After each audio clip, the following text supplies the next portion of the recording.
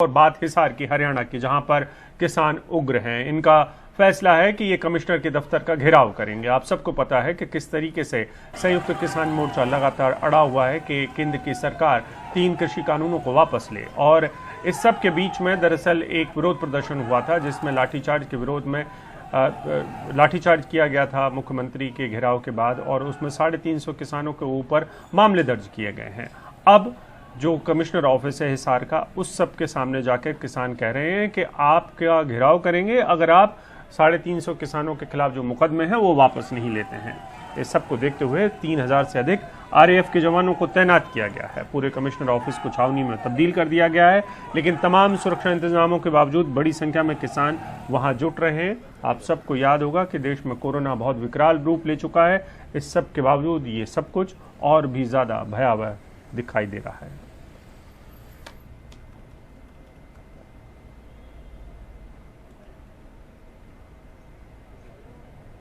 और थोड़ी देर पहले हमारे साथी अक्षय डोंगरे वहां पे पहुंचे हुए थे, वो बता रहे हैं वहां के हालात।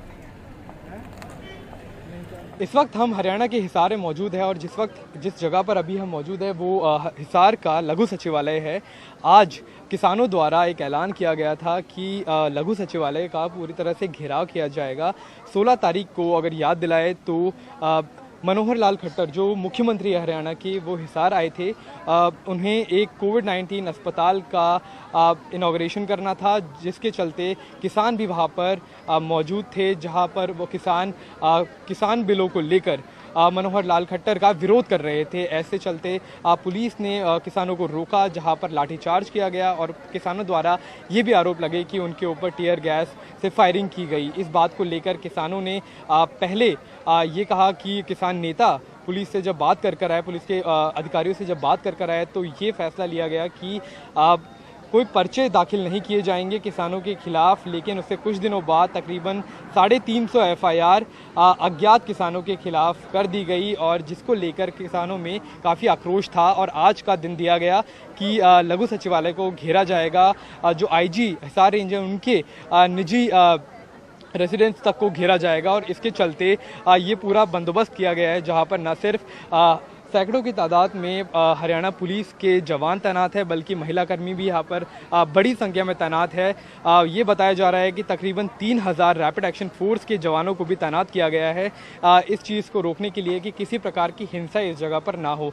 किसान इस वक्त यहाँ से तकरीबन 2 किलोमीटर दूर क्रांतिमान पार्क में जुट रहे हैं, और उसके बाद ये लोग यहाँ पर चलकर आएंगे और इस पूरे के पूरे लघु सचिवालय को घेरा जाएगा। ये किसानों द्वारा कॉल दिया गया है। हालांकि पुलिस ये कह रही है कि कोविड के चलते कोई भी बड़ी संख्या में लोग कहीं पर इकट्ठा ना हो, और ऐसे में संक्रमण का डर उनके बीच फैलने का भी है, और ये भी है कि लॉ एंड ऑर्डर जो सिचुएशन है उसको यहाँ पर कायम रखा जाए।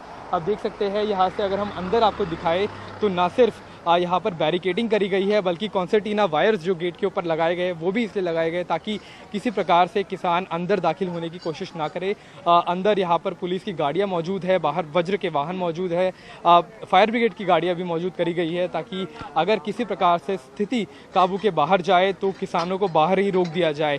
सवाल लेकिन दोबारा यही उठता है कि जब एक बार किसान नेता खुद पुलिस के अधिकारियों से बात कर चुके थे, तो क्या कारण था कि 350 किसानों के ऊपर पर्चा दाखिल किया गया, और अब किस प्रकार से इस पूरी की पूरी जो टेंशन यहाँ पर बन रही है उसको डिफ्यूज़ किया जाएगा। किसान यही कह रहे हैं कि जितने भी पर्चे उनके खिलाफ दाखिल किए गए हैं उनको वापस लिया जाए, और उन पुलिसकर्मियों के खिलाफ कार्रवाई की जाए जिन्होंने लाठीचार्ज किसानों के ऊपर किया था। कुछ समय में यहाँ पर किसान जुटने लगेंगे, लेकिन उसको रोकने के लिए पुलिस की तरफ से पूरे बंदोबस्त कर दिए गए हैं। कैमरा पर्सन सचिन गुप्ता के साथ में अक्षय डोंगरे, एनडीटीवी इंडिया। ये थोड़ी देर का पहले का हाल बता रहे थे अक्षय, और अब अक्षय हमारे साथ को जुड़ गए हैं। अक्षय, आप बताएं कि इस समय वहां पे क्या हालात बन रहे हैं। दूसरा ये कि ये विरोध प्रदर्शन कितने बजे शुरू हो सकता है, और तीसरा ये कि कमिश्नर दफ्तर से कुछ ऐसा कहा जा रहा है जिससे इस जमावड़े को अब भी रोका जा सकता हो। अभिषेक, जो अभी हमने रिपोर्ट देखी वो तकरीबन अब से 1 घंटे पहले की थी और हालात अभी भी वैसे ही बने हुए हैं, लेकिन कुछ बदलाव अब ये हो रहे हैं कि और ज़्यादा पुलिस की गाड़ियां यहाँ पर लाई जा रही है। बाहर से, जैसे सचिवालय में जो रोज़मर्रा के काम करने वाले लोग हैं उनको तक बाहर रोक दिया जा रहा है और जितने भी लोगों की अंदर ज़रूरत नहीं है उनको अंदर नहीं जाने दिया जा रहा है। यहाँ से तकरीबन 2 किलोमीटर दूर है क्रांतिमान पार्क, जहाँ पर कॉल ये दिया गया था किसानों द्वारा कि किसान पहले वहाँ पर भारी संख्या में मौजूद होंगे। ट्रैक्टर ट्रॉलियों में भी लोग आ रहे हैं, जो पब्लिक ट्रांसपोर्ट है उसमें भी बैठकर किसान वहाँ पर जमा हो रहे हैं और उनका टारगेट ये है कि हज़ारों की संख्या में पहले किसान जमा होंगे और उसके बाद वो अपना मार्च शुरू करेंगे। आप देख सकते हैं कि सामने रैपिड एक्शन फोर्स के जवान तैनात है।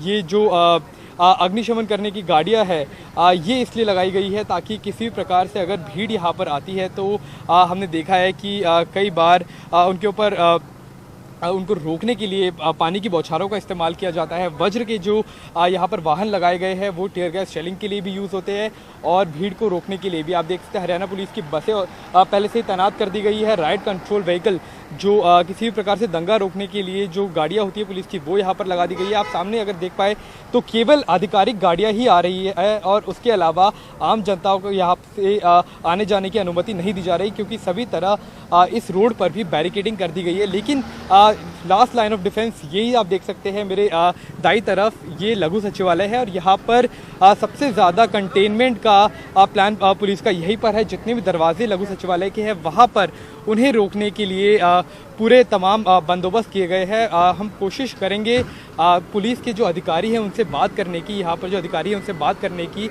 और जानने की कोशिश करेंगे कि क्या तैयारियाँ हैं।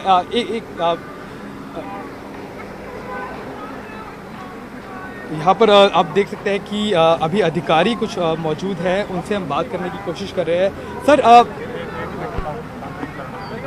तो यहाँ पर एक बार के लिए रोका जा रहा है हमें बात करने से पुलिस द्वारा, लेकिन पूरी तरह से स्थिति के ऊपर नज़र बनाई रखी गई है। सर, कैन भी आपसे बात कर सकते हैं थोड़ी सी तैयारी के ऊपर? आपकी तरफ से कोई बात करी गई है?